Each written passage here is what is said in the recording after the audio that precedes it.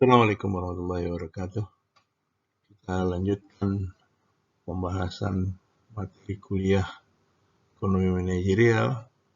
Pada pertemuan kedua ini kita akan membahas tentang teknik-teknik optimalisasi dan instrumen baru manajemen dengan pokok bahasan. Baik, pokok bahasannya akan meliputi yang pertama adalah bentuk-bentuk hubungan ekonomi, yang kedua adalah hubungan total, rata-rata, dan marginal, analisis optimalisasi, dan turunan serta aturan turunan. Ini saya akan sajikan pada bagian pertama dari pertemuan ini. Kemudian bahasan tentang optimalisasi dengan kalkulus, optimalisasi multivariate, dan optimalisasi terkendala, serta peralatan baru manajemen akan kita bahas pada bagian yang kedua. Kita mulai dengan proses pengambilan keputusan, di mana tahapan-tahapannya terdiri dari menentukan tujuan. Jadi tujuannya dulu ditetapkan, kemudian identifikasi masalah dalam mencapai tujuan, lalu identifikasi berbagai alternatif solusi, kemudian memilih solusi terbaik, yaitu solusi yang layak dan optimal, dan terakhir mengimplementasikan keputusan tersebut, sehingga ini akan bisa menyelesaikan permasalahan yang dihadapi. Bentuk-bentuk hubungan dalam ekonomi itu bisa disajikan dalam bentuk persamaan, di mana bentuk persamaan ini ringkas dan sangat powerful, tapi juga bersifat abstrak, sehingga kita tidak bisa secara langsung bagaimana membayangkan hubungan tersebut. Kemudian yang kedua adalah dalam bentuk tabel. Ini sangat akurat, sangat teliti, dan detail. Tapi ketika komponen-komponennya itu banyak, misalnya key-nya sampai 200, tabel itu kan juga jadi sangat besar, sehingga penuh ini, sedemikian banyaknya gitu. Dia sangat akurat, tetapi tetap membutuhkan ruang yang lebih luas.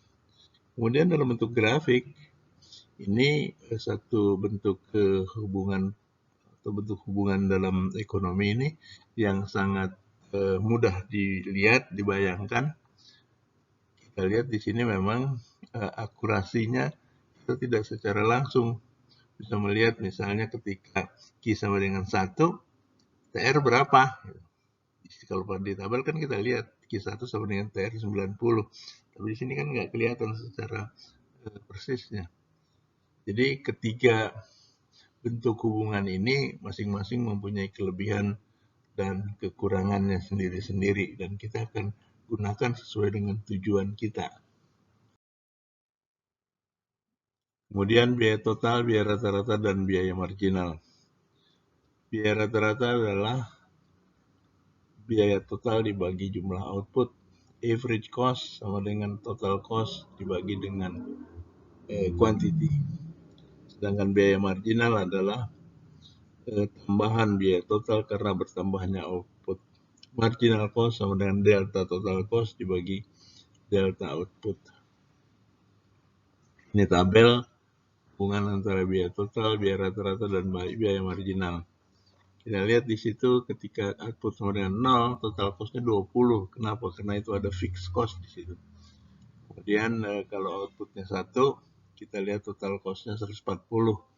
Maka average cost-nya itu berarti 140 dibagi 1.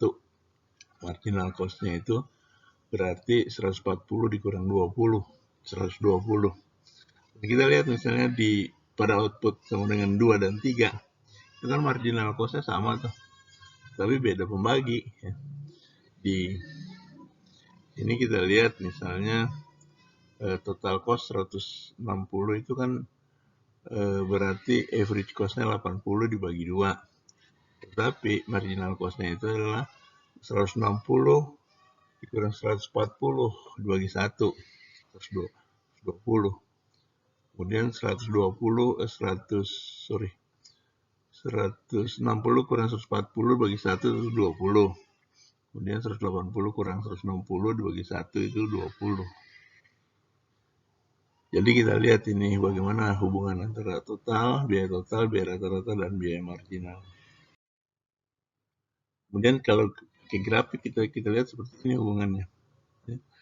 Yang atas itu biaya total, kemudian yang bawah itu biaya rata-rata dan biaya marginal, di mana mereka mempunyai hubungan yang spesifik sebenarnya, yaitu bahwa biaya rata-rata average cost itu dipotong oleh biaya marginal atau ketemu kurva biaya marginal pada titik di mana average cost biaya rata-rata itu minimum.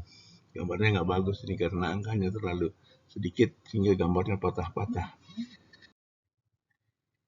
Aplikasi kasus fungsi biaya total pada industri baja di Amerika Serikat diperkirakan PC sama dengan 182 ditambah 56 Q. PC adalah biaya total diukur jutaan dolar, Q adalah output jutaan ton. Buat daftar biaya total, biaya rata-rata, dan biaya marginal. Buat grafiknya ini akan mudah kalau sudah gunakan Excel. Jadi bikin tabel, biaya total, biaya rata-rata, biaya marginal, kemudian dari situ buat grafiknya. Pemaksimuman keuntungan, analisis total. Ini tabel hubungan antara biaya total dan biaya penerimaan total pada tingkat output tertentu. Misalnya ketika output sama dengan 0, biaya totalnya kan 20. Itu ada fixed cost 20 di situ. Total revenue-nya masih 0. Maka profitnya itu minus 20. Ketika produksi atau output sama dengan 1, kan total cost-nya naik tuh jadi 140. Total revenue-nya baru 90. Keuntungannya masih minus 50. Pada output sama dengan 2, maksudnya 2 itu bisa 2 satuan, bisa 20, 200, 2 juta. Misalnya. Itu total revenue-nya 160, total cost-nya 160. Nah, impas dah nih. Kemudian pada output sama dengan 3, total revenue 210, total cost-nya 180, untung lah tuh dia. Untung 30. Tetapi kemudian pada output sama dengan 4, penerimaan total sama dengan biaya total 240, kagak untung lagi tuh. Dan ketika output tambah jadi 250 misalnya, total cost-nya naik gitu. Jadi 480 sehingga keuntungannya minus 230. Jadi kalau kita lihat itu tadi kita lihat kan dari analisis total keuntungan maksimum pada Q sama dengan 3 ya. Nah, di sini kita lihat nih, nah, di sini gambarnya agak kaku lagi ya. Ini kan antara pertemuan antara total revenue yang biru dengan total cost yang hitam. Kita lihat itu selisih yang terbesarnya itu ada di output sama dengan 3, itu adalah keuntungan maksimum. Pada output 2 itu impas dia. Pada output 4 juga impas juga, tapi beda impasnya.